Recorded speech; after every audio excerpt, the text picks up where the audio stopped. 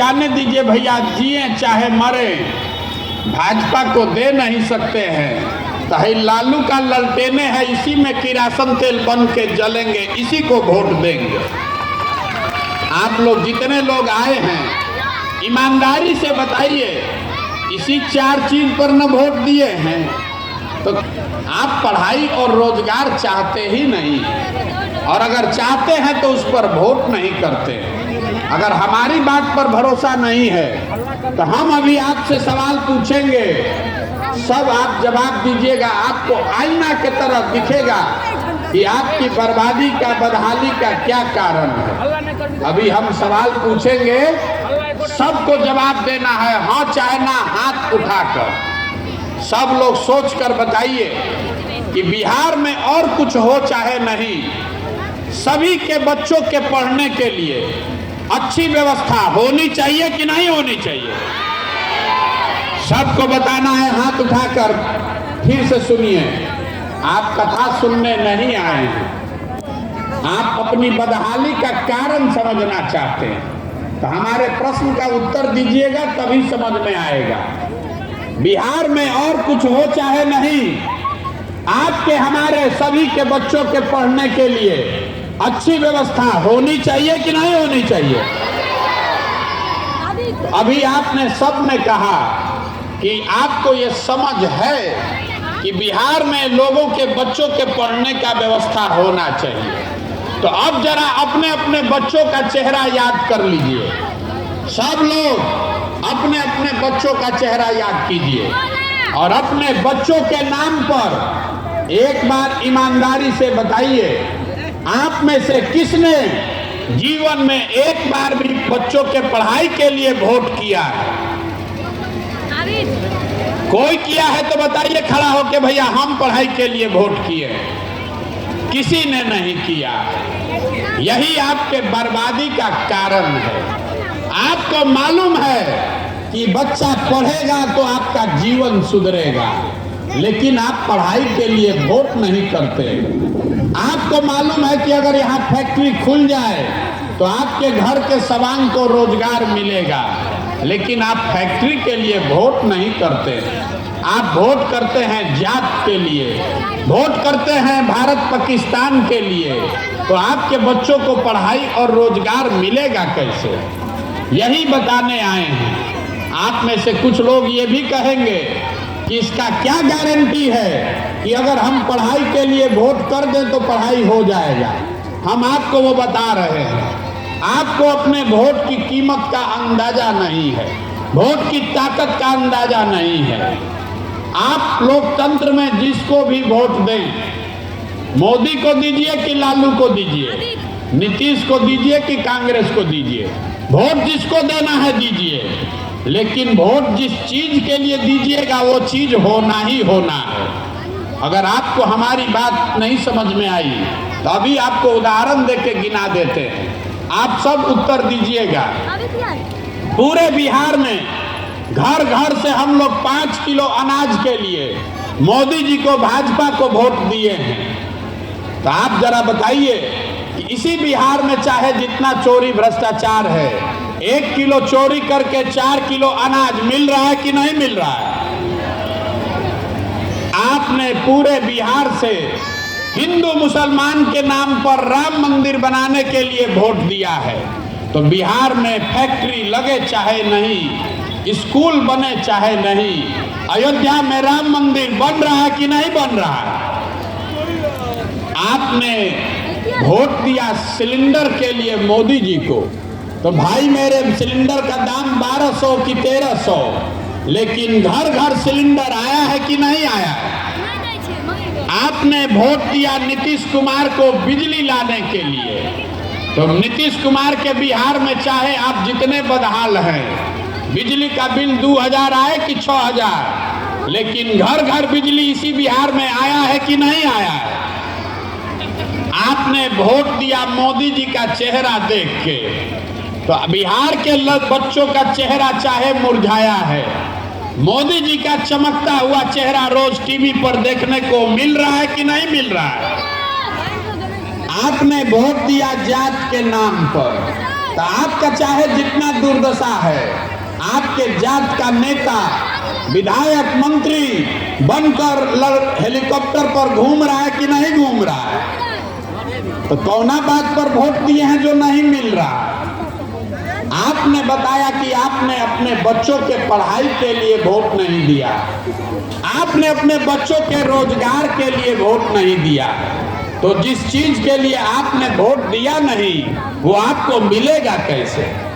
यही बताने के लिए अपना घर परिवार सुख सुविधा छोड़ के पैदल पैदल 1 साल से चल रहे हैं, आपसे वोट नहीं मांग रहे हैं, आपको हाथ जोड़ रहे हैं, घरे घर गांवे गांव जाकर हाथ जोड़ रहे हैं, समझा रहे हैं। लिख कर रखिए, अगर आप अपने बच्चों की चिंता नहीं कीजिएगा तो कोई दल कोई नेता आपके बच्चों का चिंता नहीं करेगा। क्यों करेगा? जब आपको अपने बच्चों की चिंता ही नहीं है। हम अभी पैदल चल रहे हैं, आपके गांव में भी अगर 100 बच्चा अगर मिला है तो आधे से ज्यादा बच्चों के शरीर पर शुद्ध कपड़ा नहीं है, आपके छोटे छोटे बच्चों के पैर में चप्पल नहीं है, आपके घर के जवान सवान 12,000 15,000 रुपया के लिए बाहर के राज्य में जाकर मजदूरी कर रहे हैं, लेकिन आपको अपने बच्चों की चिंता नहीं है, आपको अपने जवान लड़कों की पति की चिंता नहीं है। आपको तो अपना जात चाहिए, आपको अपना धर्म चाहिए, तो आपका दशा सुधरेगा कैसे? नहीं सुधर सकता। एगो प्रशांत किशोर आए कि 10 प्रशांत किशोर, ये सुधरने वाला नहीं है। जब तक आप नहीं सुधरिएगा, जब तक आप अपने बच्चों के लिए नहीं खड़ा होइएगा, तब तक कोई नहीं बिहार को सुधार सकता है। इसीलिए आपको ये मंत्र सिखाने आए हैं।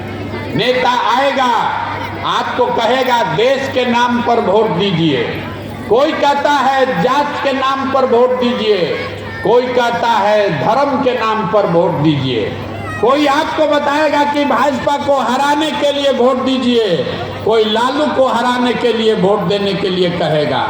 हम आपको बता रहे हैं, एक बात हमारी मानिए, हमको आपका वोट नहीं चाहिए।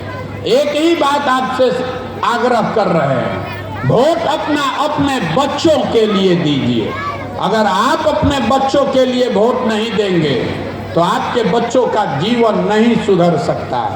यही बात समझाने आए हैं। समझ में आए तो बहुत अच्छा, और न समझ में आए तो जिस दल का, जिस नेता का झंडा ढो रहे हैं, जिसके बंधुआ मजदूर बनकर वोट देते हैं, वो देते रहिए, लेकिन लिख कर रखिए, अगर जाति धर्म के नाम पर बंधुआ मजदूर बनकर वोट दीजिएगा, नाली गली और 5 किलो अनाज पर वोट बेचिएगा, तो आप जिस बदहाली में जी रहे हैं, आपके बच्चे भी उसी बदहाली में जिएंगे, उनका दशा नहीं सुधरेगा।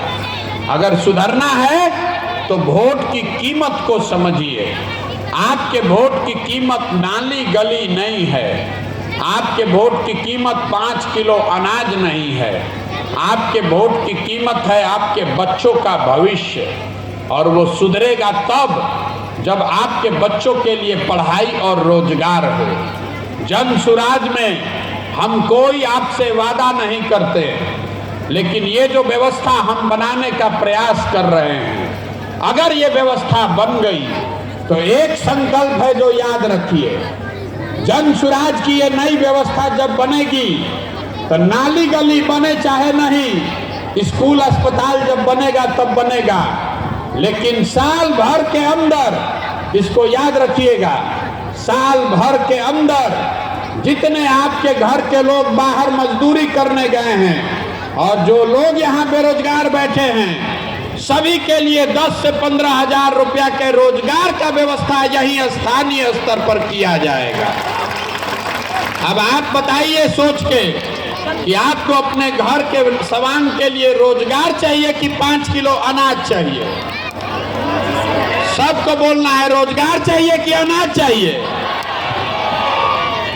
आपको अपने बच्चों के लिए पढ़ाई चाहिए कि अपने जात का नेता चाहिए? पढ़ाई चाहिए कि जात का नेता चाहिए? इतने बात याद रखिए, वोट अपने बच्चों के लिए दीजिए और वोट की कीमत है पढ़ाई और रोजगार, नाली गली नहीं। इसीलिए आपसे कहने आए हैं, जगिए, अपने लिए नहीं तो कम से कम अपने बच्चों के लिए जगिए। हमारे अपने दादा बैलगाड़ी चलाते थे, मजदूर थे। उन्होंने अपने बच्चों में एक हमारे बाबूजी को पेट काट काट के पढ़ाया तो हमारे बाबूजी डॉक्टर बने। हमारे बाबूजी ने हमको पढ़ाया है, तब न हम खड़ा होकर भाषण दे रहे हैं। जब आपका बच्चा पढ़ेगा ही नहीं तो मजदूर नहीं बनेगा तो कलेक्टर बनेगा। इतना बात समझ में आना चाहिए कि नहीं आना चाहिए?